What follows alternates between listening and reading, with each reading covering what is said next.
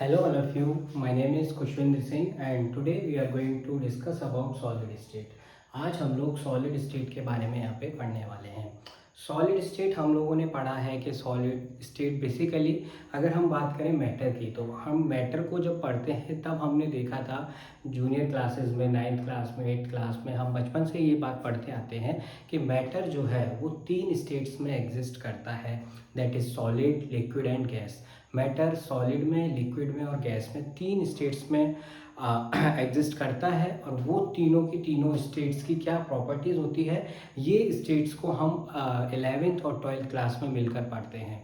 11th class में हम लोगों ने देखा है गैसेस स्टेट को, लिक्विड स्टेट को कि लिक्विड की क्या प्रॉपर्टीज़ होती है, गैस की क्या प्रॉपर्टीज़ होती है, और क्लास 12th में हम पढ़ते हैं सॉलिड स्टेट के बारे में। बेसिकली यहाँ पे सॉलिड स्टेट में हम लोगों को पढ़ना रहता है कि जो हमारे सॉलिड्स बना हुआ है वो सॉलिड्स का जो कंपोजिशन है उसमें पार्टिकल्स का इंटरेक्शन, पार्टिकल्स की पैकिंग, पार्टिकल्स का एक दूसरे के साथ एक कोई डेफिनेट स्ट्रक्चर बनाना, वो स्ट्रक्चर की क्या प्रॉपर्टीज़ होती हैं और वो स्ट्रक्चर की प्रॉपर्टीज़ होने की वजह से पूरा का पूरा जो सॉलिड है उसमें क्या प्रॉपर्टीज़ में चेंज आता है। तो हम ये सारी चीज़ों को सॉलिड स्टेट चैप्टर में पढ़ते हैं। अगर सिंपली बात की जाए, सिंपल टर्म्स में बोला जाए सॉलिड स्टेट क्या होता है, सॉलिड क्या होता है, तो हम लोग बोल देते हैं कि जब मैटर के पार्टिकल्स बहुत क्लोजली पैक्ड होंगे, क्लोजली अरेंज होंगे तो उसको सॉलिड स्टेट बोला जाएगा। लेकिन क्या ये बात सही है कि जब क्लोजली पैक्ड हो जाएंगे तो वो सॉलिड हमेशा एक ही तरीके का बनेगा? क्लोज पैकिंग में जो पार्टिकल्स का अरेंजमेंट है वो रेगुलर भी तो हो सकता है और वो एक इरेगुलर पैटर्न भी हो सकता है। तो हम जो देखते आए हैं छोटी क्लासेस से अब तक हम सिर्फ यही पढ़े हैं कि सॉलिड्स जो होते हैं हमारे, सॉलिड्स जो होते हैं ये तब बनते हैं जब हमारा जो पार्टिकल्स का पैकिंग होता है वो बहुत क्लोज होता है।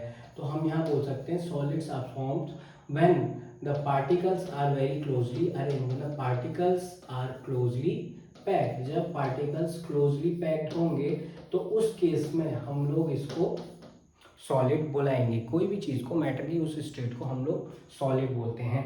अब मेरा यहाँ पे सेम एक क्वेश्चन बनता है कि ये जो सॉलिड्स की पैकिंग है, क्या ये सॉलिड्स की पैकिंग इस तरीके से एक डेफिनेट अरेंजमेंट होगा या कोई इनडेफिनेट अरेंजमेंट होगा? इनडेफिनेट का मतलब है कि यहाँ पे यहाँ पे यहाँ पे यहाँ पे यहाँ पे कोई एक रेगुलर इनमें ना ही तो डिस्टेंस है, ना ही कोई एक रेगुलर पैटर्न है, ना ही कोई एक रेगुलर एक दूसरे के चारों तरफ कॉन्ग्रेशन है, कोई एक रेगुलर एक दूसरे के चारों तरफ अरेंजमेंट नहीं है। तो इसके बेसिस पे हम सॉलिड्स को कैसे क्लासिफाई कर सकते हैं, किस तरीके से पढ़ सकते हैं और क्या क्या प्रॉपर्टीज में चेंज हमें देखने को मिलेगा, वो हम इस चैप्टर में आगे चल के डिस्कस करने वाले हैं। और वो हम टॉपिक को पढ़ने से पहले सॉलिड्स की हम बेसिक जो प्रॉपर्टीज होती हैं, बेसिक कैरेक्टरिस्टिक्स जो होती हैं उसको यहाँ पे समझेंगे। तो सॉलिड्स की बेसिक कैरेक्टरिस्टिक्स क्या होती है वो हम यहाँ पे अगर देखें तो बचपन से जैसे हम पढ़ते हैं कि सॉलिड्स के पास डेफिनेट मास होगा, डेफिनेट शेप होगा, डेफिनेट वॉल्यूम होगा, सॉलिड्स रिजिड होंगे, इनकम्प्रेसिबल होंगे, सॉलिड्स की जो पार्टिकल्स हैं वो अपनी ही मीन पोजीशन पे वाइब्रेट करते रहेंगे। तो आज हम यहाँ पे कुछ उन्हीं प्रॉपर्टीज़ को पहले देख लेंगे क्योंकि वो बेसिक बातें हैं कि कोई भी सॉलिड स्टेट पढ़ रहा है तो वो सारी बातें मालूम होनी चाहिए। तो उनको हम देखेंगे और उसके बाद फिर हम आगे चल के सॉलिड्स को देखेंगे कि सॉलिड्स अरेंजमेंट, पैकिंग के बेसिस पे कितने तरह के होते हैं, वो किस किस क्लास में बांटे जा सकते हैं या वो कैसे कैसे डिवाइड किए जा सकते हैं। ओके, सो पहला हम देखें जनरल कैरेक्टरिस्टिक्स जो हैं कोई भी सॉलिड स्टेट की, तो उसमें सबसे बेसिक बात जो होती है जनरल कैरेक्टरिस्टिक्स पहली है they have definite mass and volume and shape. इनके पास एक डेफिनेट मास होता है, वॉल्यूम होता है और शेप होता है, ये हम लोग जान चुके हैं। और डेफिनेट मास, वॉल्यूम, शेप होने का रीजन ही यही है that the particles in A solids can not go away from each other. वो एक दूसरे से दूर नहीं जा सकते हैं, वो जहाँ पर हैं अपनी ही पोजीशन पर हमेशा के लिए रहेंगे जब तक वो सॉलिड स्टेट में एग्जिस्ट कर रहा है। अगर सॉलिड स्टेट में एग्जिस्ट नहीं करता देन देयर आर चांसेस कि अगर वो मेल्ट हो रहा है तो लिक्विड में चला जाएगा, तो पार्टिकल्स अपनी पोजीशन को बदल सकते हैं। But as far as solid state is concern, जब तक सॉलिड स्टेट कंसर्न है तो हम बोलेंगे कि हमारा जो पार्टिकल है, हमारा जो हमारा मैटर है वो हमारा एक डेफिनेट मास को रखेगा, डेफिनेट वॉल्यूम रखेगा और एक डेफिनेट शेप को रखेगा। उसके बाद जो दूसरी जनरल प्रॉपर्टी है that is intermolecular forces. In case of solids intermolecular forces are strong. Solids के केस में जो इंटरमॉलिक्यूलर फोर्सेस होती हैं वो बहुत स्ट्रांग होती हैं, और कहीं ना कहीं यही रीज़न है कोई भी मैटर के सॉलिड स्टेट में एग्जिस्ट करने का। अगर ये फोर्सेस वीक होती हैं तो वो पार्टिकल्स बहुत देर तक या बहुत अच्छे से पैक नहीं हो सकते और वो कोई अदर स्टेट ऑफ मैटर को एक्वायर कर लेते हैं। अब वो अदर स्टेट ऑफ मैटर चाहे तो गैस हो सकती है और वो चाहे लिक्विड हो सकती है, depending upon the force of attraction present between the particles. तो पार्टिकल्स के बीच में सॉलिड्स को अगर हम देखें तो ये फोर्स ऑफ अट्रैक्शन बहुत स्ट्रांग होती है। इसी की वजह से सॉलिड्स में पार्टिकल्स मूव नहीं कर पाते और वॉल्यूम और शेप डेफिनेट हो जाता है। सिमिलरली जो हम बचपन से पढ़ते आए हैं एक और प्रॉपर्टी है that is about intermolecular distances are short. Intermolecular distances और इंटर पार्टिकल डिस्टेंस मैं बोलूँ इसको तो ज़्यादा कन्वीनियंट भी रहेगा, क्योंकि हमेशा हर सॉलिड मॉलिक्यूल से नहीं मिलके बना होता, कुछ सॉलिड एटम से भी मिलके बने हो सकते हैं और कुछ सॉलिड्स हमारे सिंपल कोई और अदर आयन से भी मिलके बने हो सकते हैं। तो यहाँ पे अगर हम बात करें तो इंटरमॉलिक्यूलर डिस्टेंसेस आर शॉर्ट। हमको मालूम है कि अगर दो चीज़ें बहुत क्लोजली आ चुकी हैं तो उनके बीच की दूरी खत्म हो चुकी है। दो चीज़ें बहुत क्लोज आ रही हैं तो इनके बीच की दूरी खत्म होती जा रही है। और सॉलिड्स में हमने यही देखा है, जो पहली प्रॉपर्टी है वो यही बोलती है कि अगर जो सेकंड प्रॉपर्टी है वो ये बोलती है कि फोर्सेज स्ट्रांग हैं। अगर फोर्सेज स्ट्रांग हैं तो चीज़ें एक दूसरे के करीब आना शुरू हो जाएंगी और जैसे ही वो करीब आएंगी तो उनके बीच में जगह खाली हो जाएगी। तो यहाँ पे हमको दूसरी प्रॉपर्टी देखने को मिली, इंटरमॉलिक्यूलर डिस्टेंसेस आर शॉर्ट। तो जो डिस्टेंस है किसी भी पार्टिकल के बीच में, सॉलिड्स के जो पार्टिकल हैं उसके बीच में डिस्टेंस जो है वो शॉर्ट है। उसके बाद नेक्स्ट प्रॉपर्टी अगर हम देखें तो यहाँ पे देखेंगे the constituent particles have fixed position and they oscillate around their mean position. Particle जो होते हैं वो एक फिक्स पोजीशन पे ही रहते हैं, लेकिन वो फिक्स पोजीशन पे रहने के बाद भी अपनी ही पोजीशन पे वाइब्रेट करते रहते हैं। वाइब्रेट करने का इनका रीज़न है कि उनके पास कुछ अमाउंट में थर्मल एनर्जी होती है। मॉलिक्यूल्स के पास, एटम्स के पास, जिससे भी वो सॉलिड बना हुआ है उसके पास थर्मल एनर्जी होगी। वो थर्मल एनर्जी की वजह से वो अपनी ही मेन पोजीशन पे वाइब्रेट करते रहते हैं। अब ये थर्मल एनर्जी कहाँ से आती है, ये हम लोग ने काइनेटिक गैसेस थ्योरी से पढ़ा था कि हर मॉलिक्यूल के पास रूम टेम्परेचर पे 3/2 kT ऑफ एनर्जी रहती ही रहती है। अब वो टेम्परेचर अगर ज़ीरो कर दिया जाए, और ज़ीरो मैं केल्विन में बोल रहा हूँ, सेल्सियस में नहीं बोल रहा हूँ, अगर उस टेम्परेचर को 0 केल्विन कर दिया जाए तभी वो थर्मल एनर्जी को हम ज़ीरो कर सकते हैं, अदरवाइज हम उस एनर्जी को कभी भी ज़ीरो नहीं कर सकते। तो हम सॉलिड्स को देखते हैं रूम टेम्परेचर पे। अगर रूम टेम्परेचर की बात करें तो then at room temperature it the solids have some amount of energy. और वो एनर्जी क्यों आ रही है, क्योंकि रूम टेम्परेचर को देखा जाए तो 298 केल्विन वो निकलेगा और हम उस फॉर्मूला में पुट करते हैं तो यहाँ पे हमको देखने को मिलेगा कि कुछ पार्टिकल्स के पास एनर्जी होगी और वो थर्मल एनर्जी हमारी यहाँ पे हमको देखने को मिलती है। ठीक है ना। यहाँ पे ये पार्टिकल्स आप देख रहे होंगे एनिमेशन में एक दूसरे की पोजीशन पे ऑसिलेट कर रहे हैं, लेकिन एक दूसरे को छोड़कर नहीं जा रहे हैं। तो इसी तरीके का कुछ सॉलिड्स के अंदर भी होता ही रहता है, पार्टिकल्स इतनी ही मेन पोजीशन पे वाइब्रेट करते रहते हैं। उसके बाद इससे मैं ये बोल सकता हूँ कि ये अगर अपनी ही पोजीशन पे है तो इसको अगर हम आसानी से तोड़ना चाहें तो ये आसानी से नहीं टूटेगा। That means the solids have an another property of being rigid and incompressible. Solids के पास एक और प्रॉपर्टी होती है कि ये रिजिड होते हैं और इनकम्प्रेसिबल होते हैं, कि ना ही तो इनको आसानी से तोड़ा मोड़ा जा सकता है, ना ही इनको दबाया जा सकता है। इनको दबा भी नहीं सकते, दबा इसलिए नहीं सकते क्योंकि ऑलरेडी वो इतने क्लोजली पैक होते हैं कि उनके बीच में जगह अब इतनी नहीं है कि वो उसको एक्वायर कर सकें, वो उसको जाके ऑक्यूपाई कर सकें। तो ये हमारी कुछ प्रॉपर्टीज़ थी, बेसिक प्रॉपर्टीज़ अबाउट सॉलिड्स। ये सॉलिड्स की कुछ बेसिक प्रॉपर्टीज़ थी। अब ये बेसिक बातों को छोड़ के हम अपना जो मेन टॉपिक है उस पे आते हैं कि हमको यहाँ से क्या पढ़ना है। तो बेसिकली क्या होता है कि हमारे सॉलिड्स जो हैं उनमें पैकिंग देखते हैं हम। बेसिकली यहाँ पे इस पूरे चैप्टर में आप आगे चल के भी देखेंगे कि बात सिर्फ पैकिंग की ही हो रही है, और पैकिंग से मतलब है the arrangement of particles from which it is made. एक पार्टिकल्स का अरेंजमेंट क्या है उस सॉलिड में, क्या वो एक रेगुलर फैशन, रेगुलर पैटर्न को फॉलो कर रहे हैं या फिर वो एक रेगुलर पैटर्न को फॉलो नहीं कर रहे हैं। इन केस वो रेगुलर पैटर्न को फॉलो करते हैं तो हम उस केस में उन सॉलिड्स को बोलते हैं क्रिस्टलाइन सॉलिड्स। अगर वो एक रेगुलर पैटर्न को फॉलो नहीं करते हैं तो in those cases such type of solids are called as amorphous solids. जो हमारा अगला टॉपिक वही है, टाइप्स ऑफ सॉलिड्स। तो टाइप्स ऑफ सॉलिड्स में हम देखेंगे सॉलिड्स दो तरह के होते हैं, crystalline solids and amorphous solids. अब क्रिस्टलाइन सॉलिड्स हम किसको बोल सकते हैं या क्या होते हैं क्रिस्टलाइन सॉलिड्स? तो अब मैं यहाँ पे बोल सकता हूँ क्रिस्टलाइन सॉलिड्स आर दो सॉलिड्स, या फिर ऐसा बोल सकते हैं these solids have regular arrangement of particles, regular arrangement of particles। यहाँ पे जो भी पार्टिकल्स होंगे उनका अरेंजमेंट रेगुलर होगा, but in case of amorphous solids they have irregular arrangement of particles. यहाँ पे ये मैं लिख सकता हूँ, these solids do not have a regular arrangement of particles।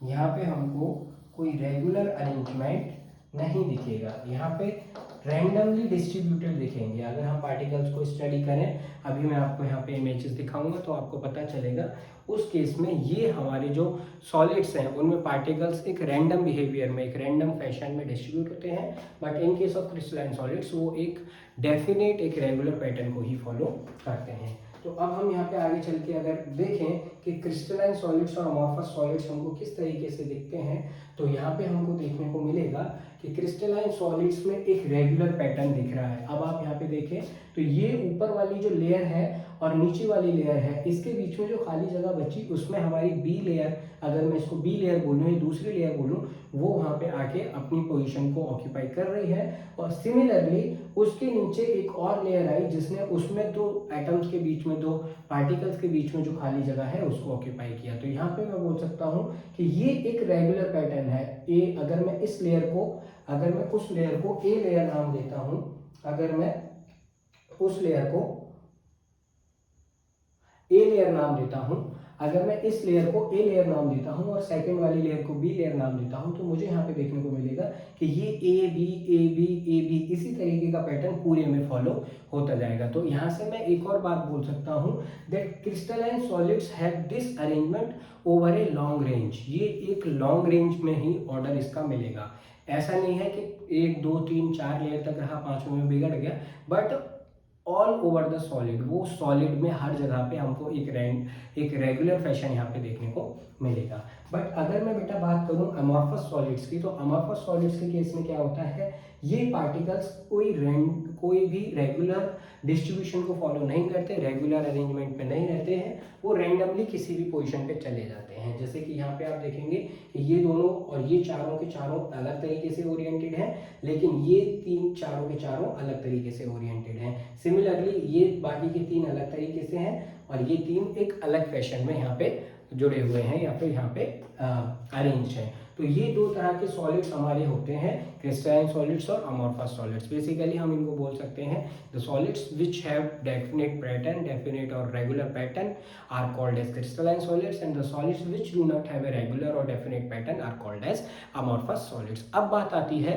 कि अगर रेगुलर पैटर्न हुआ या रेगुलर पैटर्न नहीं हुआ, तो यहाँ पे इनकी प्रॉपर्टीज में क्या चेंज आएगा, इनकी प्रॉपर्टीज किस तरीके से बदली जा सकती हैं, किस तरीके से बदल जाती हैं, इट इज़ बेटर टू से किस तरीके से ये रेगुलर पैटर्न और इरेगुलर पैटर्न की वजह से प्रॉपर्टीज हमारी चेंज हो जाती हैं। तो अब हम यहाँ पे देखेंगे how these properties are change, ये जो प्रॉपर्टीज किस तरीके से चेंज होती हैं और क्या होती हैं। तो अगर मैं क्रिस्टलाइन सॉलिड्स के केस में बात करूं, तो यहाँ पे मुझे देखने को मिलेगा they have a perfect geometrical shape. In case of crystalline solids हमारी शेप परफेक्ट होती है, एक बहुत रेगुलर हमको शेप मिलेगी, एक ज्योमेट्री मिलेगी। ऐसा नहीं है रैंडमली कोई भी ज्योमेट्री, कोई भी शेप वहाँ पे मिल जाए।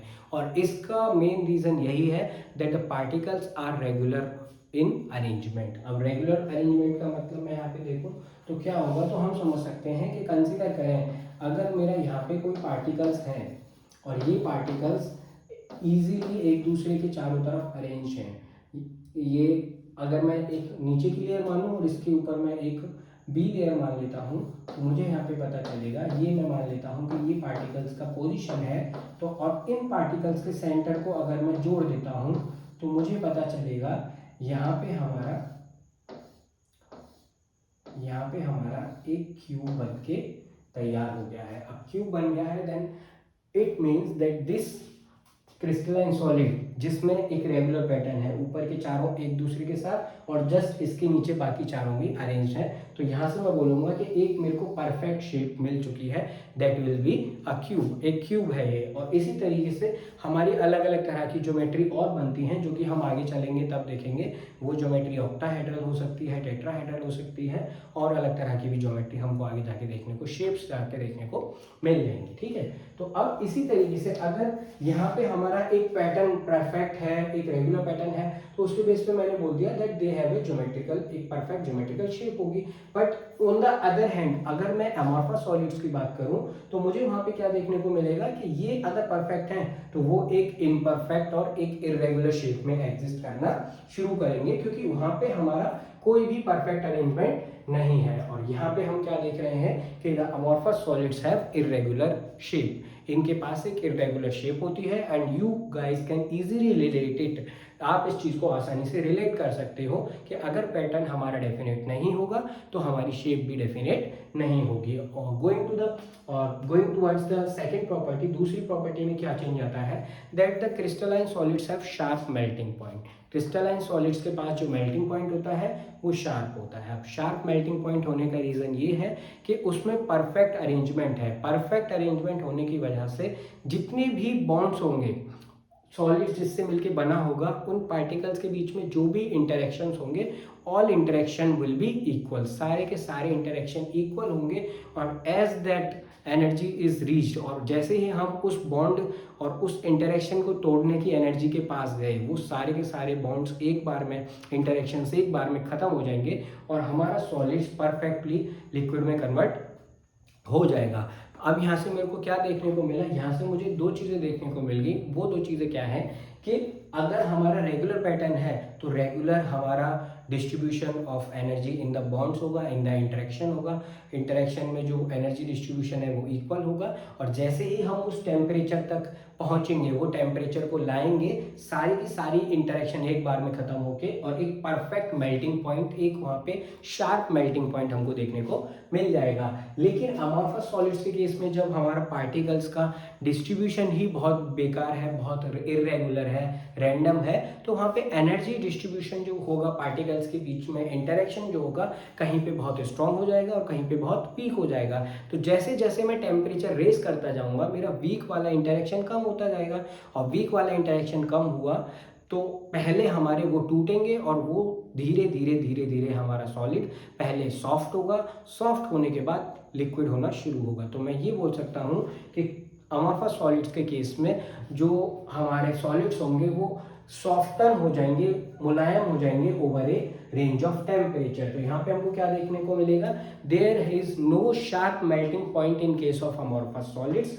But they soften over a range of temperature. वो एक टेम्परेचर की रेंज में धीरे धीरे धीरे धीरे सॉफ्ट होते जाते हैं और अल्टीमेटली बाद में जाके वो मेल्ट हो जाते हैं। तो ये दो प्रॉपर्टीज हैं क्रिस्टलाइन और अमॉर्फस सॉलिड्स की। इसके अलावा और भी प्रॉपर्टीज हैं जो कि हम यहाँ पे देखेंगे कि अगर क्रिस्टलाइन सॉलिड्स को हम कट करें किसी भी शार्प एजेड टूल से, कोई भी शार्प एजेड टूल से क्रिस्टलाइन सॉलिड्स को कट किया जाए, then we are going to see the clean surfaces, the smooth surfaces of that cleaved part. उन टूटे हुए, उन काटे हुए टुकड़ों के जो सरफेस मिलेंगे हमको क्रिस्टलाइन सॉलिड्स के केस में, वो एकदम स्मूथ मिलेंगे। But in case of amorphous solids दो surfaces will never be smooth, वो सरफेस कभी भी स्मूथ नहीं हो सकते। और इसका भी रीजन आपका अरेंजमेंट ऑफ पार्टिकल से ही है। अगर मैं अमॉर्फस में बात करूं तो यहाँ पे मुझे देखने को मिलेगा when amorphous solids cut with sharp edge tool, they cut into two pieces with irregular surfaces. On the other hand, when crystalline solids are cut with sharp edge tool, the surfaces of newly formed pieces are sharp and smooth. जो surface होंगे वो sharp और smooth होंगे। और आप इसको बहुत आसानी से देख सकते हो कि अगर आप लोगों ने रॉक शुगर को देखा होगा, या फिर रॉक सॉल्ट की बात करूँ, रॉक शुगर जो नहीं जानते हैं मैं बता देता हूँ, मिश्री को रॉक शुगर बोलते हैं। छोटे छोटे आपने देखा होगा मिश्री आती है, मीठा शुगर का एक छोटे छोटे पीसेस आते हैं, वो भी हमारे क्रिस्टलाइन सॉलिड्स ही है। आप देखिएगा कभी उनको तोड़ के देखिएगा और जब वो टूट जाए तो आप देखिएगा कि वो सरफेस हमेशा हमको स्मूथ मिलेंगे। और स्मूथ होने का रीज़न यही है that the particles are perfectly aligned और परफेक्टली अरेंज्ड। या फिर आप जो रॉक सॉल्ट होता है, सिंपल रॉकी फॉर्म में जो सॉल्ट आता है, उसको तोड़कर भी उसके साथ भी सेम काम करके देख सकते हैं, तो आपको वहाँ पर भी यही देखने को मिलेगा। और अगर मैं बात करूँ अमॉर्फस में, तो आप कोई भी जो आपकी जो इरेजर आती है उसको आप शार्प एज टूल से कट करके देखिएगा तो आपको पता चलेगा द एजेस और the surfaces of the cleave part are not sharp, वो शार्प नहीं है, वो आपको देखने को मिलेगा। तो अब हम यहाँ पे 3 प्रॉपर्टी सीख चुके हैं, सारी प्रॉपर्टीज को याद रखेंगे। कोई भी प्रॉपर्टी एमसीक्यू बन के आ सकती है कि या फिर वो 1 वर्ड टाइप आंसर में आ सकती है, तो आप इसका ध्यान रखेंगे। उसके बाद देखिए नेक्स्ट प्रॉपर्टी, तो नेक्स्ट प्रॉपर्टी है they have definite enthalpy of fusion. Definite enthalpy of fusion से मतलब है the heat required to convert the solid into liquid form. Solid को लिक्विड फॉर्म में कन्वर्ट करने के लिए जो हीट चाहिए उसको एंथैल्पी बोला जाता है।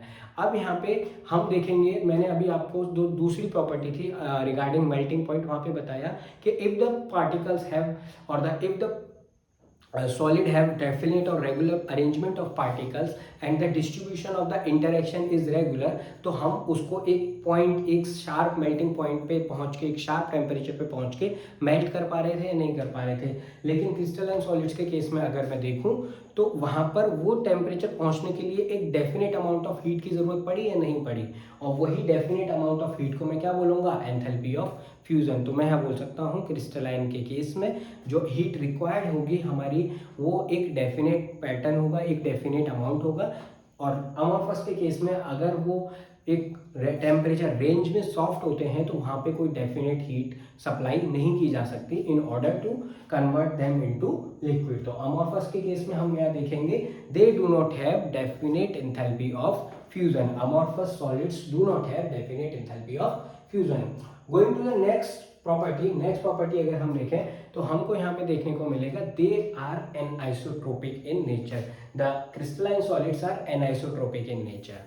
अब एनआइसोट्रोपिक नेचर क्या होता है, we will see in the next slides. हम नेक्स्ट स्लाइड्स में एनआइसोट्रोपिक नेचर को देखेंगे, बट अभी हम एक ये प्रॉपर्टी को राइट डाउन कर लेते हैं, लिख लेते हैं कि the crystalline solids are anisotropic in nature and on the other hand amorphous solid, sorry, on the other hand amorphous solid जो होते हैं वो हमारे आइसोट्रोपिक नेचर के होते हैं। अब आइसोट्रोपिक का मतलब क्या होता है, ये मैं आगे कंपेयर कराऊंगा दोनों को, what anisotropy is and what isotropy is. तो हम यहाँ पे देखेंगे अमॉर्फस सॉलिड्स के केस में that these solids are isotropic in nature. Amorphous solids हमारे आइसोट्रोपिक नेचर के होते हैं। सिमिलरली कुछ और प्रॉपर्टीज देखें तो क्रिस्टलाइन सॉलिड्स को हम ट्रू सॉलिड्स बोलते हैं। अब ट्रू सॉलिड्स किस लिए बोला जाता है, वो हम इसलिए बोलते हैं कि यहाँ पे एक परफेक्ट अरेंजमेंट है, यहाँ पे कोई इनडेफिनेट अरेंजमेंट नहीं है, परफेक्ट अरेंजमेंट है, और जैसा आज है अरेंजमेंट वैसा ही हमको आज से 100 साल बाद, 300 साल बाद, 400 साल बाद भी देखने को मिलेगा। लेकिन अगर मैं बात करूं यहाँ पे अमॉर्फस सॉलिड्स की, तो वहाँ पे अरेंजमेंट इरेगुलर है, कहीं पे जगह ज़्यादा है, कहीं पे जगह कम है। तो they can easily move from one position to another in the solid. Solids में ही वो एक जगह से दूसरी जगह पे पार्टिकल पहुंच सकता है एक इरेगुलर पैटर्न को रेगुलर बनाने के लिए। इसीलिए हम इनको बोलते हैं सुपर कूल्ड लिक्विड्स और सूडो सॉलिड्स। अब सुपर कूल लिक्विड का मतलब यही है कि ये रूम टेम्परेचर पे, नॉर्मल टेम्परेचर पे अपनी पोजीशन को पार्टिकल छोड़ के दूसरी पोजीशन पे जा सकते हैं, लेकिन इस काम को होने के लिए 200, 300, 400, 500 साल भी लग सकते हैं। ये काम 1 मिनट, 2 मिनट, 1 घंटे, 1 साल में नहीं होता है। इस काम को होने के लिए बहुत टाइम लगता है, क्योंकि वो सॉलिड है और सॉलिड के पार्टिकल्स आसानी से इजीली मूव नहीं कर पाते। But over the long course of time due to some forces like gravity, the particles can easily move from up position to down position. और इसको देखने का आपको सबसे बेस्ट एग्जांपल है, if you see the windows of old buildings, historical buildings की आप windows को देखेंगे, उनका ग्लास देखेंगे, then you can easily see the difference in the glass of those windows. उस विंडो के ग्लास में आप डिफरेंस देख पाएंगे कि जो डाउन वर्ड होगा, जो विंडोज का बॉटम होगा, जो ग्लास का बॉटम होगा, that will be slightly, only I am using the word slightly, thicker than the top bottom और sorry top part of that glass. उस ग्लास के टॉप पार्ट और बॉटम पार्ट को अगर कंपेयर किया जाए तो you are going to find that slight thickness in the bottom and slight thinness above on the or at the top of this glass window. Okay, so हम इसीलिए उनको बोलते हैं स्यूडो सॉलिड्स। क्यों? परफेक्टली सॉलिड नहीं है, perfect solid कभी move नहीं करता है, परफेक्ट सॉलिड कभी भी डाउनवर्ड नहीं आता है। और यहाँ पे हमने क्या देखा कि वो जो ग्लास है वो नीचे की तरफ फ्लो कर रहा है, भले ही वो ग्रेविटी की वजह से फ्लो कर रहा है, but still it is flowing at a very slow rate, और इसीलिए हम उनको स्यूडो सॉलिड्स या फिर सुपर कूल्ड लिक्विड्स भी बोलते हैं। उसके बाद दूसरी प्रॉपर्टी अगर हम देखेंगे तो these possess the crystalline solids possess long range order. Crystalline solids के पास लॉन्ग रेंज ऑर्डर होता है, और लॉन्ग रेंज ऑर्डर मैंने आपको बताया कि लॉन्ग रेंज ऑर्डर हम उसको बोलते हैं जहाँ पे पैटर्न एक लंबी दूरी तक, एक लंबे हमारे एरिया तक, लंबे सरफेस तक देखने को मिलेगा। तो मैंने शुरू में ही बताया था, जब आपको यहाँ पे दो इमेजेस दिखाई थी तो वहाँ पे बोला था कि वो जो पैटर्न था वो दूर तक मिलेगा हमको, लेकिन अमॉर्फस के केस में अगर हम बात करें तो वो पैटर्न दूर तक नहीं मिलता है, तो हम बोलते हैं only short range order is present in case of amorphous solids. अब दूर तक ना मिलने का क्या मतलब है, मैं आपको इसको यहाँ पे बता देता हूँ। दूर तक और कम दूर तक मिलने का क्या मतलब है, यहाँ पे अगर मैं बात करूँ इस पैटर्न की, तो ये पैटर्न आप अगर देखेंगे तो हमको समझ आएगा कि ये पैटर्न फॉलो होता जा रहा है, होता जा रहा है। यहाँ पे एक डॉट के नीचे दूसरा डॉट आसानी से जमा हुआ है, बैठा हुआ है।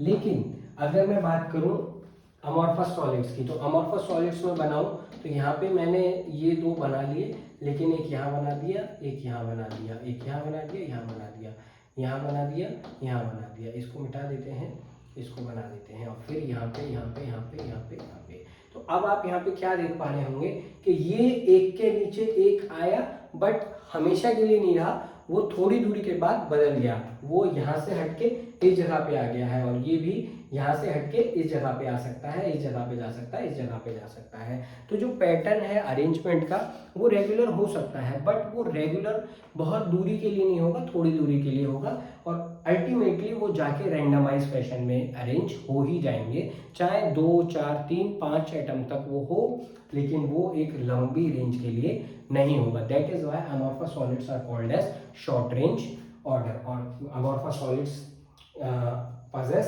short range order in them। अब बात आती है जो हमने अभी आपको बोला था आइसोट्रोपिक एंड एनाइसोट्रोपिक नेचर की, कि what isotropic and anisotropic nature are. Isotropic और एनाइसोट्रोपिक नेचर का मतलब क्या होता है, तो अब हम आइसोट्रोपिक और एनाइसोट्रोपिक नेचर को ही यहाँ पर देखने वाले हैं। तो एनाइसोट्रोपिक नेचर एक्चुअल में क्या होता है, यहाँ पे अगर आप देखें, बहुत सिंपल सा एग्जांपल लेते हैं। हमने ये जो इमेज लगाई हुई है, ये जो इमेज है, ये एक सोडियम क्लोराइड क्रिस्टल की है। सोडियम क्लोराइड का जो क्रिस्टल होता है, ये जो आपको यहाँ पे पर्पल कलर की बॉल्स दिख रही हैं, दीज आर ऑफ सोडियम। ये सोडियम एटम्स हैं, सॉरी सोडियम आयंस हैं, और जो ग्रीन आपको बॉल्स दिख रही हैं, दीज आर क्लोराइड आयंस। ये हमारे क्लोराइड आयंस हैं और ये हमारे सोडियम आयंस हैं। तो हम यहाँ पे क्या देख रहे हैं कि अगर मैं डायरेक्टली इस पोजीशन से या इस डायरेक्शन में यहाँ से यहाँ पे कोई लाइट रे डालता हूँ, अगर मैं यहाँ से यहाँ पे कोई लाइट रे डालता हूँ, तो मुझे क्या देखने को मिलेगा कि लाइट के इस तरफ, दैट इज लेफ्ट साइड में, सारे के सारे छोटे एटम्स आ रहे हैं, और लाइट के राइट साइड में सारे के सारे बड़े एटम्स आ रहे हैं।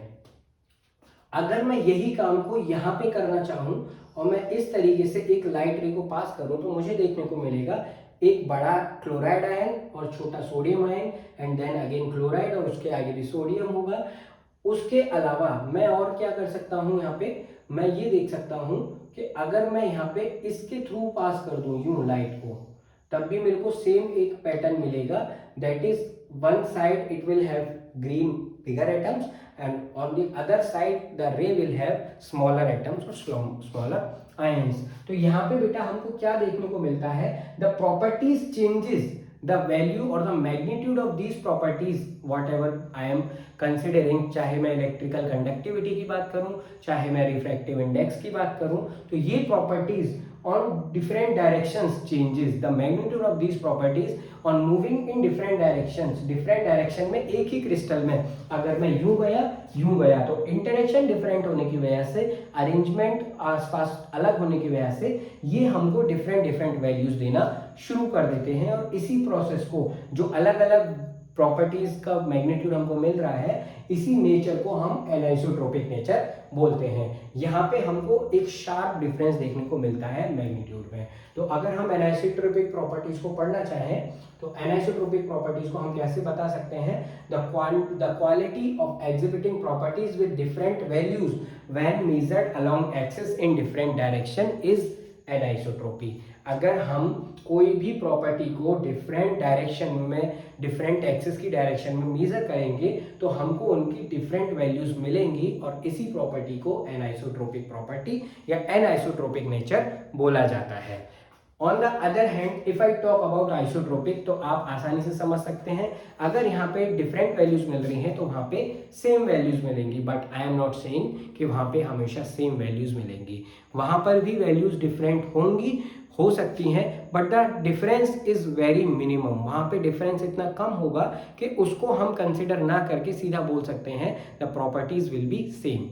सो हम यहाँ पे आइसोट्रोपिक नेचर को पढ़ने वाले हैं और एनाइसोट्रोपिक नेचर को समझ चुके हैं, जिसका मतलब है कि अगर हम किसी एक प्रॉपर्टी को पढ़ना चाह रहे हैं एक क्रिस्टल में, लेकिन उसको पढ़ रहे हैं हम डिफरेंट एक्सिस पे, x axis, y axis, z axis, whatever be the axis we are taking, then we are going to get some different values of that property. हम उस प्रॉपर्टी के डिफरेंट वैल्यूज पकड़ने वाले हैं, पता करने वाले हैं, और इसी चीज को एनाइसोट्रोपिक नेचर बोला जाता है। अब हम बात करते हैं नेक्स्ट आइसोट्रोपिक नेचर की।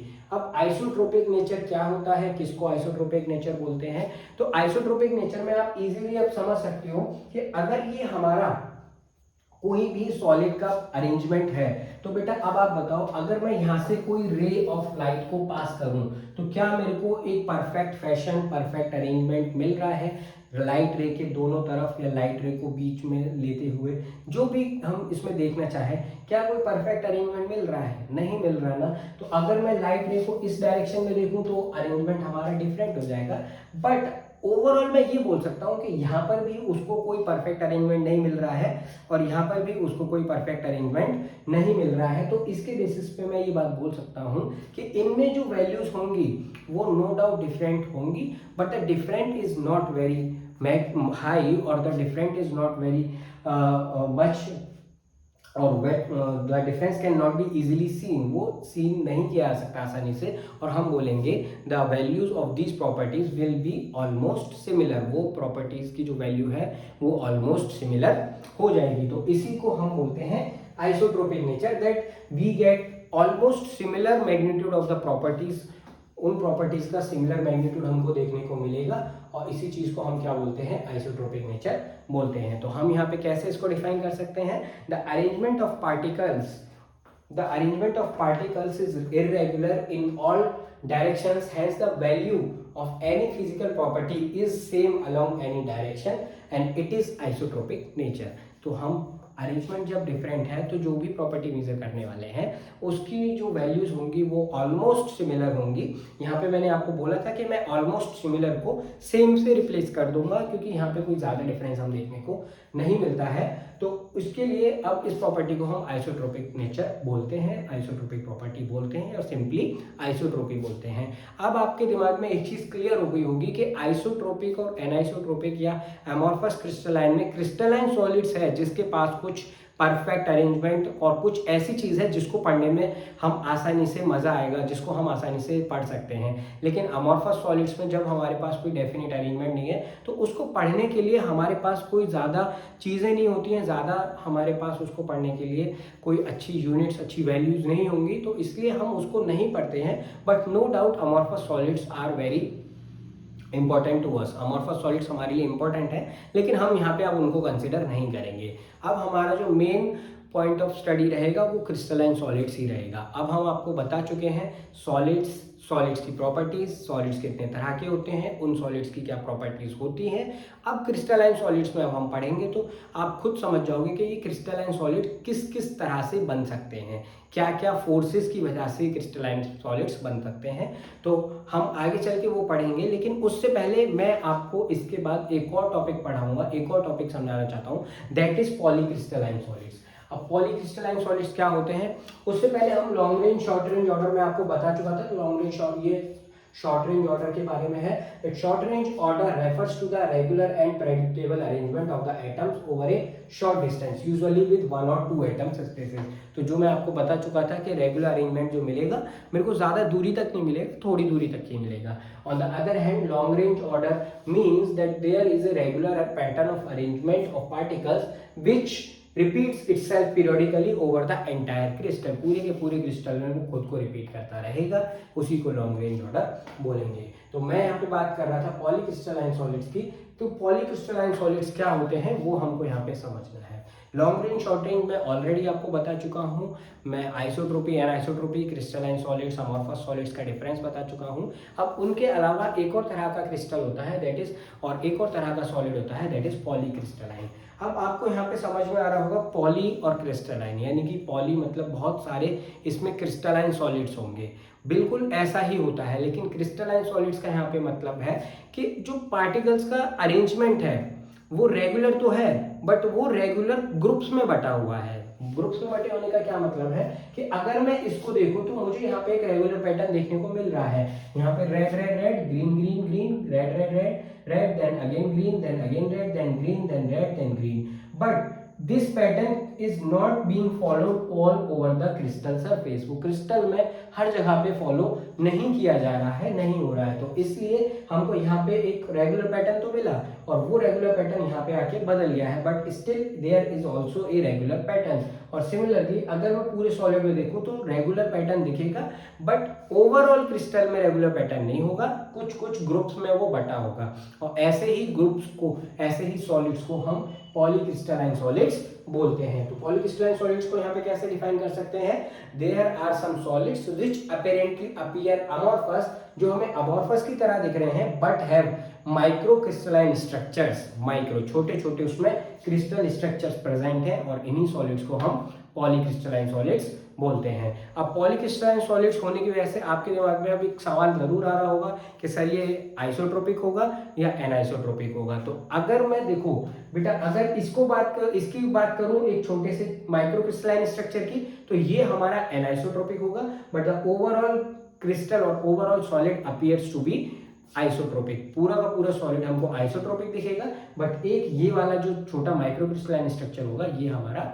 एनाइसोट्रोपिक होगा। और इसी को आगे चल के अगर हम देखें तो हम यहाँ पे देखेंगे the individual crystals are randomly oriented, so a sample may appear to be isotropic even though a single crystal is anisotropic. हमारा सिंगल क्रिस्टल एनाइसोट्रोपिक होगा बट ओवरऑल जो सॉलिड होगा वो हमारा आइसोट्रोपिक होगा। तो हम यहाँ पे इसलिए बोल पा रहे हैं कि वो आइसोट्रोपिक होगा क्योंकि पूरे के पूरे क्रिस्टल में रैंडम फैशन है, लेकिन एक छोटे जगह पे वो वहाँ पे एक क्रिस्टलाइन स्ट्रक्चर बनाए हुए हैं जिसको हम माइक्रो क्रिस्टलाइन स्ट्रक्चर्स बोलते हैं। तो अब हमने यहाँ पे इस वीडियो में देखा सॉलिड्स के बारे में, सॉलिड्स की कितने तरह, सॉलिड्स की क्या कैरेक्टरिस्टिक्स होती हैं, क्या प्रॉपर्टीज होती हैं, सॉलिड्स कितने तरह के होते हैं, क्रिस्टलाइन अमॉर्फस और क्रिस्टलाइन अमॉर्फस की क्या क्या प्रॉपर्टीज होती हैं। तो आई सजेस्ट यू आप एक कंक्लूजन जरूर लिखेंगे हर वीडियो के बाद में, जो आपको फिर जब पढ़ेंगे तो मालूम रहेगा कि हमने इस लेक्चर में क्या पढ़ा है, क्या मेन बातें हैं जो हमको याद रखनी है। उसके बाद हमने पढ़ा isotropic, anisotropic, long range, short range, इसके साथ साथ pseudo solids and perfect solids. उसके बाद हमने आपको परफेक्ट पॉलीक्रिस्टलाइन सॉलिड्स के बारे में बताया। तो वो सॉलिड्स जिनमें छोटे छोटे माइक्रो क्रिस्टलाइन स्ट्रक्चर्स होते हैं बट ओवरऑल वो एक अमॉर्फस सॉलिड्स में, अमॉर्फस सॉलिड में रहते हैं, अमॉर्फस स्टेट में रहते हैं, उनको हम बोलते हैं पॉलीक्रिस्टलाइन सॉलिड्स। अब इसके बाद हम नेक्स्ट जो हमारी क्लास होगी उसमें हम देखेंगे कि how these crystalline solids are made. ये क्रिस्टलाइन सॉलिड्स कैसे बनते हैं, क्या फोर्सेस हैं जिनकी वजह से ये क्रिस्टलाइन सॉलिड्स अपनी जगह पे, जो पार्टिकल्स हैं अपनी जगह पे रहते हैं। तो उसके बाद हम देखेंगे नेक्स्ट क्लास में types of crystalline solids on the basis of forces present between them. Okay, so we will meet in the next class. Thank you.